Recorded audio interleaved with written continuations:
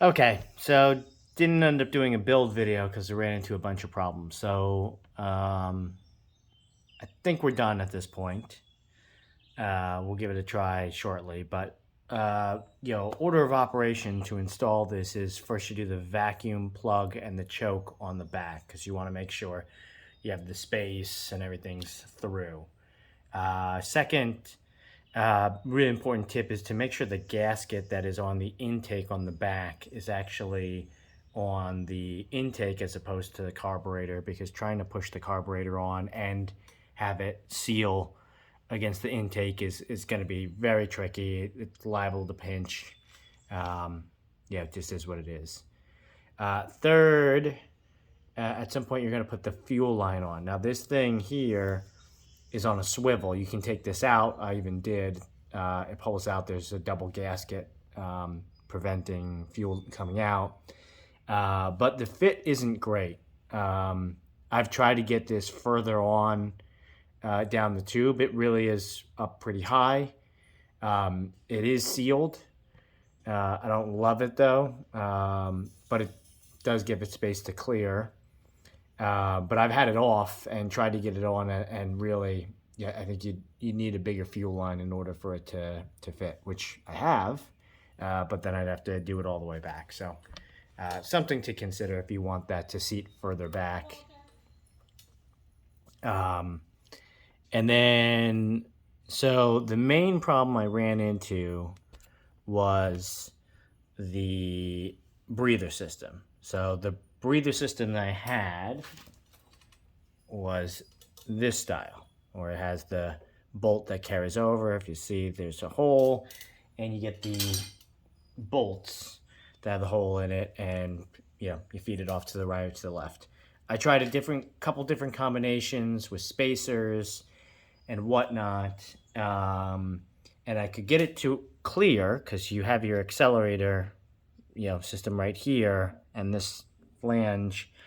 So it was bumping into it in certain situations. Other times it was clearing, but then it was touching the tank. I got it to spaced out using a bunch of different combinations. I think it was the breather system. This has a bend to it, if you can see that. So you're either coming back and trying to tuck under, or you're going forward. Long and short is, it did a whole bunch of experimenting. It wasn't worth it. And actually, there's a bit of a rub on the tank, on the underlying lip. Wasn't worth it. Don't try to make it work. What you do need to get is these breather bolts that just have, they're singular, and they're actually made for the Evos. And the bolts that they supply won't work. They're much bigger thickness. I don't know if I have one handy. It's in my pile over here somewhere. But they're much thicker. They won't work. But the piece here that you get will, with your existing stuff. So right now I have it mocked up with a bunch of spacers, because what ends up happening is you have your plate here, and this is really what holds the carburetor on. And then you have this guy. So he's pretty thick, if you can see that. So that's going to give you your spacing so that this adapter here, which as you can see has a rubber ring, will sit on it. And if everything's tight, it shouldn't rattle. The other thing that I've noticed is the adapter and this, even once screwed all the way down, it's not perfect. I'm tempted to bore it out to make sure that these fit, but I think these the 3 long screws that hold your actual air filter on, they don't go deep enough into the adapter in order to seat. So there's probably some way to fix it, or I could take a tap and die set and hope to get it right. But we'll try it without. So I ran the breather kit, just simple fuel line into a T, down into this filter. When I've had heavier riders and their girlfriends rent this motorcycle, yeah, this breather seems to do a bit more work, or maybe it's how they're riding. And they've gotten a little bit of misting on them even through the filter. But as is now, it should work. But we will mock it up, take these extra spacers out, which you can see here. Put the plate on, see if we can get everything to be solid, and take it out.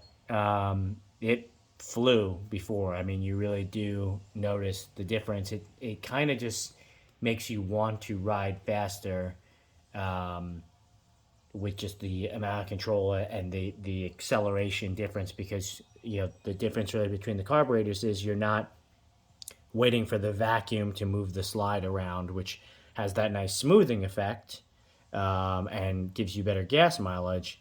But this, it's gas on demand based on your hand. So obviously you're probably throwing too much fuel at it at times when you're cranking on it, but it really trucks.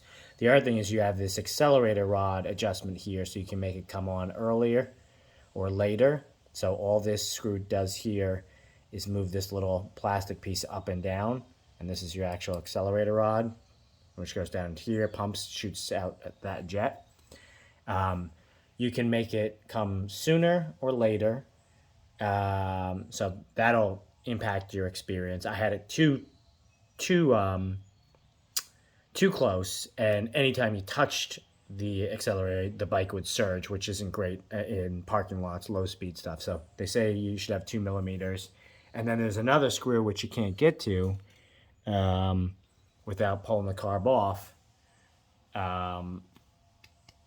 But yeah, that is it's the length of the accelerator rod, the amount of fuel that it squirts. So you do have a lot of adjustability.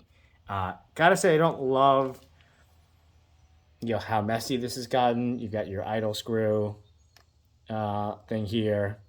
Maybe you could shorten that so it's not hitting the rods. And then you have this extra line here, which I just routed down here, and that is for, I guess, the fuel overflow, which I did see it seems to have been in use at least once. So I don't know how much fuel I'm losing at times, but we'll do an MPG check down the road. All right, long video, sorry.